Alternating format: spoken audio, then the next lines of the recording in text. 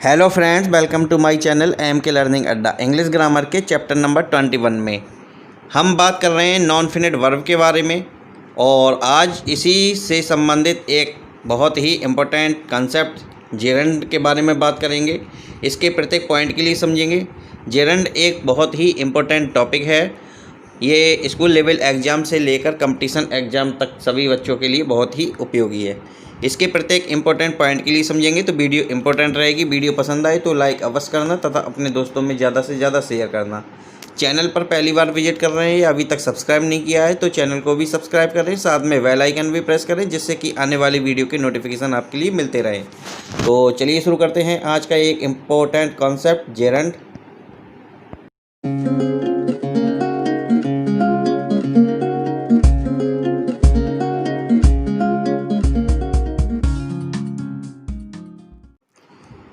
तो चलिए सबसे पहले समझते हैं कि जेरंड होता क्या है।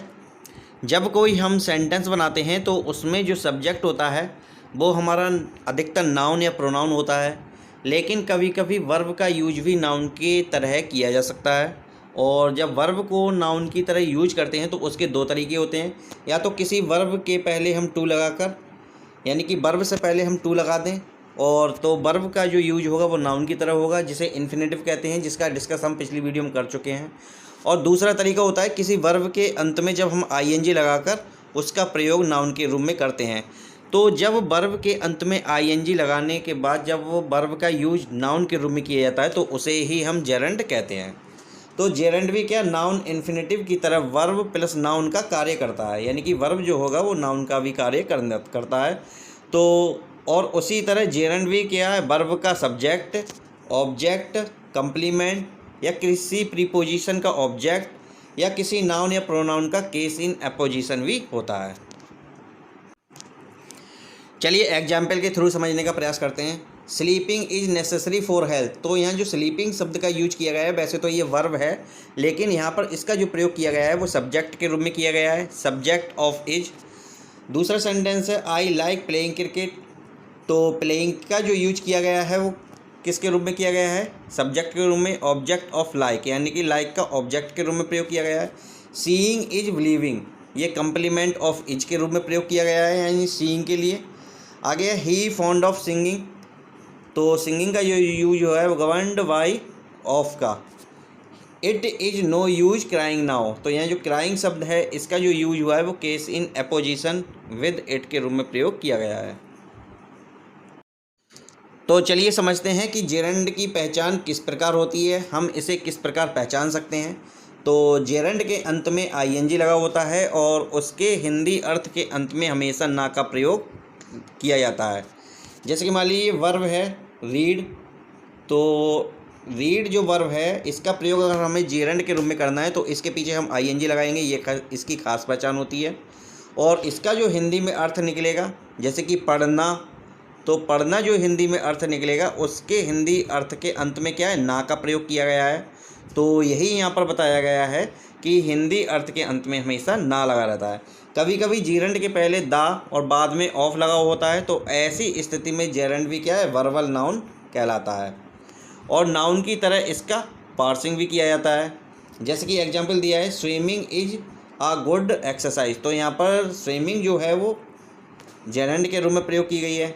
The swimming of this why is very strange. तो यहाँ पर जो स्विमिंग का जो प्रयोग किया गया है वो वर्बल नाउन के जैसे किया गया है। तो यहाँ कुछ सेंटेंस दिए गए हैं जहाँ बताया गया है कि जेरंड का यूज किस प्रकार होता है। जैसे कि पहला दिया है एज अ सब्जेक्ट, सब्जेक्ट के रूप में। Smoking is a harmful for health, sleeping is useful for health, hunting tigers is prohibited, dancing is a very good exercise, walking is better than running. तो यहाँ पर जो स्मोकिंग है, sleeping है, hunting है, डांसिंग, वॉकिंग, ये क्या है, ये सब्जेक्ट के रूप में प्रयोग किए गए हैं। अब देखते हैं as a object, see like swimming, he has stopped gambling, children love making toys, I hate playing cards, he dislikes hunting animals. यहाँ जो जेरंड का प्रयोग किया गया है ऑब्जेक्ट के रूप में किया गया है। आगे देखते हैं ऑब्जेक्ट टू अ प्रीपोजिशन, जैसे कि he is fond of playing chess, the boy was caught stealing the money, Sheila is a good at swimming. After talking बाद आई टुक माई ब्रेकफास्ट। तो I am tired of walking. तो यहाँ पर इसका जो प्रयोग किया गया है वो ऑब्जेक्ट टू अ प्रीपोजिशन के रूप में किया गया है। आगे देखते हैं complement to a verb. Seeing is believing. What he hates is smoking. His hobby is gardening. और what I dislike is eve testing नहीं ईव टीजिंग। और शीला सीम्स स्लीपिंग। कुछ ऐसे वर्ब्स या फ्रेजेस हैं जिनके साथ जेरेंड का प्रयोग होता है, जैसे कि रिकलेक्ट हो गया, enjoy, worth, busy, keep on, delay, forgive, give up, consider, stop, put off, go on, avoid, dislike, prevent, forward, understand, can't help, can't resist, can't stand, etcetera. यहाँ कुछ some more examples of gerund दिए गए हैं, जैसे कि the Taj is worth seeing. She is tired of playing cards. Everyone enjoyed swimming. He kept on reading that book. He gave up smoking. Sohan likes drinking. It is no use crying over spilt milk. It is no good repeating the same mistake. What I had aping others. He kept on doing mischief. ये कुछ examples हैं gerund के। अब देखते हैं noun, infinitive and gerund. यानी noun की किसी तरह वर्ब का सब्जेक्ट, ऑब्जेक्ट, कंप्लीमेंट या किसी प्रीपोजिशन का ऑब्जेक्ट या केस इन अपोजिशन होते हैं, जैसे कि subject to a verb. Sleep is necessary for health, ये नाउन के रूप में प्रयोग है। To sleep is necessary for health, ये नाउन इन्फिनेटिव के रूप में प्रयोग किया गया है। और sleeping is the necessary for health, तो ये जेरेंड के रूप में प्रयोग किया गया है, लेकिन तीनों का अर्थ सेम ही है। सोना स्वास्थ्य के लिए ज़रूरी है। तो हम देख रहे हैं कि स्लीप यानी कि जो वर्ब है उसका यूज नाउन के रूप में भी किया गया है, नाउन इन्फिनेटिव के रूप में किया गया है और जेरेंड के रूप में भी प्रयोग किया गया है। अब देखते हैं object to a verb. I like his play, I like to play, I like playing. तो आई लाइक हिज प्ले, तो इसमें जो प्ले का प्रयोग हुआ है नाउन के रूप में हुआ है। आई लाइक टू प्ले, तो ये नाउन इन्फिनेटिव के रूप में प्रयोग हुआ है। और आई लाइक प्लेइंग, और तो इसमें प्लेइंग जो शब्द है वो जेरेंड के रूप में प्रयोग हुआ है, लेकिन तीनों सेंटेंस का अर्थ एक ही निकल रहा है कि मैं खेलना पसंद करता हूँ। अब देखते हैं कंप्लीमेंट टू अ वर्ब। पहला सेंटेंस है इट इज़ माई बिलीफ, तो ये नाउन के रूप में प्रयोग किया गया है, इसका अर्थ है ये मेरा विश्वास है। अगला सेंटेंस है to see is to believe, तो ये नाउन इन्फिनेटिव के रूप में प्रयोग किया गया है, इसका अर्थ है देखना, विश्वास करना है। अगला सेंटेंस है सीइंग इज बिलीविंग, तो यहाँ पर बिलीविंग जो है वो जेरेंड के रूप में प्रयोग किया गया है। आगे देखते हैं case in apposition. Rama my brother died today, noun के रूप में। It is easy to find fault with others, तो नाउन इन्फिनेटिव के रूप में, दूसरों में त्रुटियाँ निकालना सहज है। It is no use crying now, तो ये जेरेंड के रूप में प्रयोग किया गया है, अब रोना बेकार है। तो यहाँ टू फाइंड और क्राइंग क्या है, प्रोनाउन इट के केस इन अपोजिशन है। Object to a preposition. Mohan came from the shop, noun के रूप में। He wants nothing but except to sing, तो नाउन इन्फिनेटिव के रूप में। सिवाय गाने के वह कुछ नहीं चाहता। ही इज फॉन्ड ऑफ सिंगिंग, तो ये जेरेंड यानी कि वह गाने का बहुत शौकीन है। तो यहाँ जेरेंड से रिलेटेड कुछ इंपॉर्टेंट पॉइंट दिए गए हैं जिन्हें जानना बेहद आवश्यक है। पहला पॉइंट है जब सेंटेंस में अचंभा प्रकट करने का भाव हो, यानी कि सेंटेंस में कोई आश्चर्य प्रकट करने वाली कोई बात होगी तो सिंपल इन्फिनेटिव का जो प्रयोग होगा वो इंटरजेक्शन की तरह किया जाता है, जैसे कि to think that he should have told a lie, तो यहाँ पर सिंपल इन्फिनेटिव का जो प्रयोग हुआ है वो इंटरजेक्शन के रूप में किया गया है। दूसरा है निम्नलिखित वर्ब्स के बाद जेरेंड का प्रयोग होता है ना कि इन्फिनेटिव का, यानी कि जो नीचे वर्ब्स दिए गए हैं इनका जो प्रयोग होगा वो जेरेंड के रूप में ही किया जा सकता है, इन्फिनेटिव के रूप में प्रयोग नहीं किया जा सकता, जैसे कि stop, avoid, dislike, prevent, succeed, remember, enjoy, hate, persist, prohibited. जैसे कि एग्जांपल दिया है डू नॉट स्टॉप राइटिंग, तो यहाँ राइटिंग जो है वो जेरेंड के रूप में तो प्रयोग कर सकते हैं लेकिन इन्फिनेटिव के यानी टू राइट नहीं लिखेंगे। आई हैड डूइंग नथिंग, तो डूइंग यानी कि जेरेंड के रूप में तो लिख सकते हैं लेकिन टू डू नहीं लिखेंगे, यानी कि इन्फिनेटिव के रूप में प्रयोग नहीं कर सकते। Why prevented from talking to him, तो टॉकिंग के लिए टू टॉक नहीं लिखेंगे बल्कि टॉकिंग ही लिखेंगे। अगला पॉइंट है जिन प्रीपोजिशन का नाउन इन्फिनेटिव ऑब्जेक्ट होता है, यानी कि नाउन इन्फिनेटिव जो है वो ऑब्जेक्ट के रूप में प्रयोग होता है, वो केवल 4 ही हैं, जैसे कि अबाउट हो गया, व्हाट, देन, एक्सेप्ट। एग्जाम्पल देखते हैं। Mohan is about to go to school, Mohan school जाने वाला है।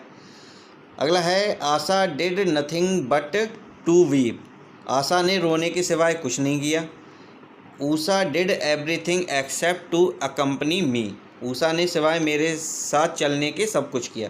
ही did nothing else than to love, तो उसने सिवाय हंसने के कुछ नहीं किया। तो यहाँ पर जो यानी कि जो 4 शब्द दिए गए हैं वो क्या है, प्रीपोजिशन के नाउन इन्फिनेटिव ऑब्जेक्ट हैं। नाउन इन्फिनेटिव या जेरेंड किसी प्रीपोजिशन का ऑब्जेक्ट होता है तो हिंदी अनुवाद के अंत में ना के स्थान पर ने आता है।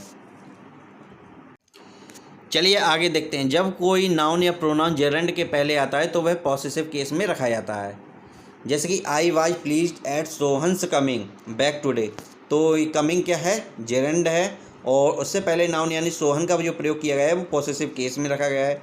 I insisted on his going there, तो आई जो है वो क्या है, पॉसेसिव केस में रखा गया है। I requested the favour of your kindly doing this. अगला पॉइंट है कभी कभी जेरेंड के पहले द और बाद में ऑफ लगा होता है, तो ऐसी स्थिति में जेरेंड अंग्रेजी व्याकरण में वर्बल नाउन कहलाता है, जैसे कि swimming is a good exercise, तो स्विमिंग यहाँ पर केवल स्विमिंग प्रयोग किया गया है, तो ये क्या है, जेरेंड है। The swimming of this why is strange, तो यहाँ पर स्विमिंग का जो प्रयोग किया गया है वो वर्बल नाउन की तरह किया गया है, क्योंकि स्विमिंग से पहले द और बाद में ऑफ का प्रयोग किया गया है। आगे है दे लाइक ड्रिंकिंग मिल्क, तो ड्रिंकिंग का जो प्रयोग है वो जेरेंड के रूप में है। They like the drinking of milk, तो यहाँ पर जो ड्रिंकिंग का जो प्रयोग किया गया है वो वर्बल नाउन के रूप में किया गया है।